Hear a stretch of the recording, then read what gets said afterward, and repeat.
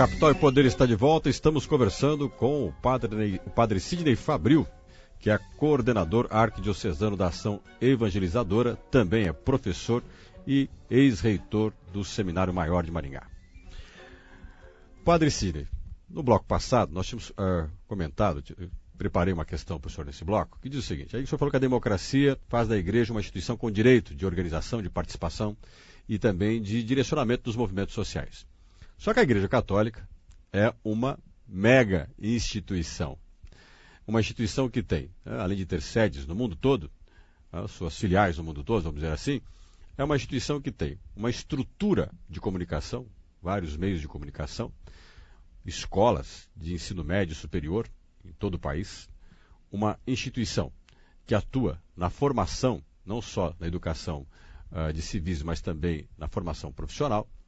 A igreja tem uma participação econômica significativa na sociedade e ela tem um grande número de fiéis.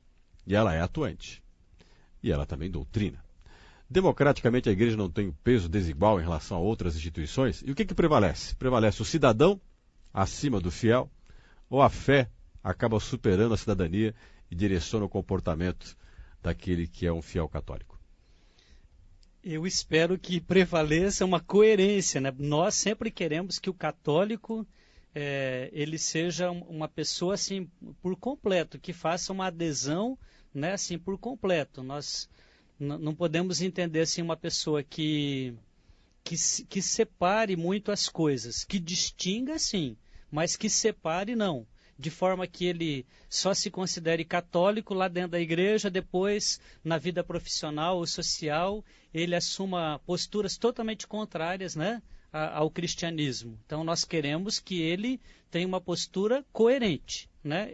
Agora, eu acho assim, que a Igreja Católica, principalmente no Brasil, ela teve privilégios, principalmente, né, no período colonial, né, no período do Império, então ela teve privilégios. E claro que esses privilégios fizeram com que ela tivesse mais oportunidades de se estabelecer. A partir do momento em que, com a República, há a separação, né, de igreja e Estado, embora ela continuasse, às vezes, né, tendo alguns privilégios, eu acho que isso, com o passar do tempo, né, tem se tornado cada vez menor. Eu acho que a influência da Igreja Católica no Estado brasileiro, ela tem se colocado cada vez mais assim num nível que é o nível que deve ser, né? E eu acho que da parte da própria igreja, da parte da hierarquia, muitas vezes alguns buscaram e às vezes até continuam buscando privilégios. Eu acho que isso não deve acontecer. Com certeza, Jesus não aprovaria isso. Eu acho que é preciso haver, sem dúvida, uma igualdade de oportunidades. Agora, por um outro lado, nós não podemos deixar de levar em consideração que a igreja faz um trabalho de base. Ela sempre fez um trabalho de base.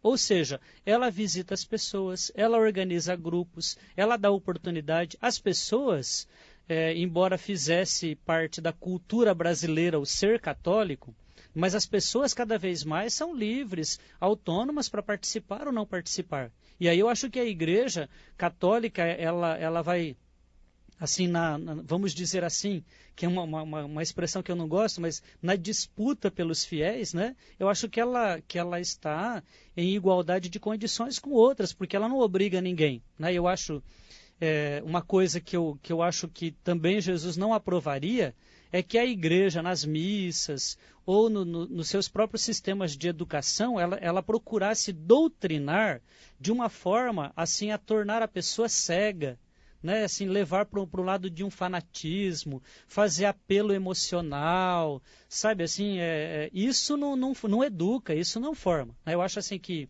a verdadeira formação ela vai sendo dada a partir do momento em que ela respeita a liberdade e a consciência das pessoas. E uma formação que procura ser integral, não só uma formação pensando em ter um católico ou ter um fiel a mais. Eu tenho que formar a pessoa. Então, a pessoa humana, ela é uma riqueza muito grande. O ser humano é um mistério. Eu sou apaixonado por Jesus Cristo porque ele se fez humano. Às vezes as pessoas não querem aceitar a humanidade de Jesus. E Jesus é modelo de humanidade. Né? Então, o cristianismo não deveria fazer com que ninguém deixasse de ser humano, pelo contrário. Né? Jesus se faz humano para nos ensinar a cada vez mais sermos verdadeiramente humanos. Né? Então, eu penso que a formação que a igreja deve dar é uma formação que respeita a pessoa humana.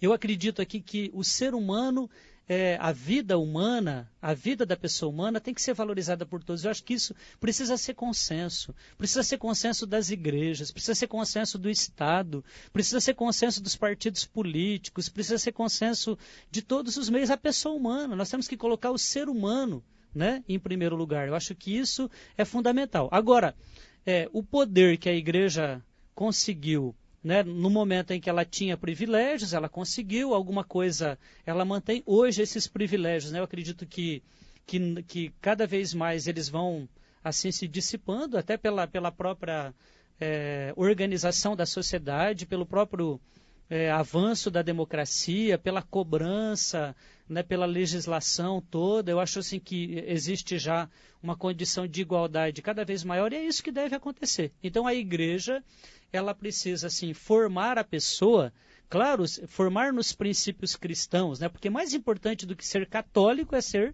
cristão para nós, né? Porque o ser cristão vem antes do ser católico ou de ser de qualquer outra igreja cristã, né? O mais importante é conhecer profundamente a Cristo e seguir os seus ideais e os seus princípios. Isso é o mais importante, né? E o princípio básico de Jesus é o amor à pessoa humana, a valorização do ser humano. Então, a igreja, quando forma as pessoas, ela deve formar pensando no ser humano, né, para que ele seja um ser humano melhor, para que ele ajude a formar uma sociedade mais justa, mais igualitária, mais fraterna, né, mais solidária. Isso é que é fundamental. Se uma igreja, ou se a igreja católica, ou grupos católicos, de repente pegam uma pessoa e fazem uma espécie de uma lavagem cerebral, fazem um apelo emocional exagerado, né, isso aí é uma deformação. Isso não pode acontecer, né? Capital e Poder está conversando com o coordenador arquidiocesano da Ação Evangelizadora, o padre Sidney Fábio. Nós vamos a um breve intervalo, daqui a pouquinho o repórter CBN e a gente volta com o Capital e Poder.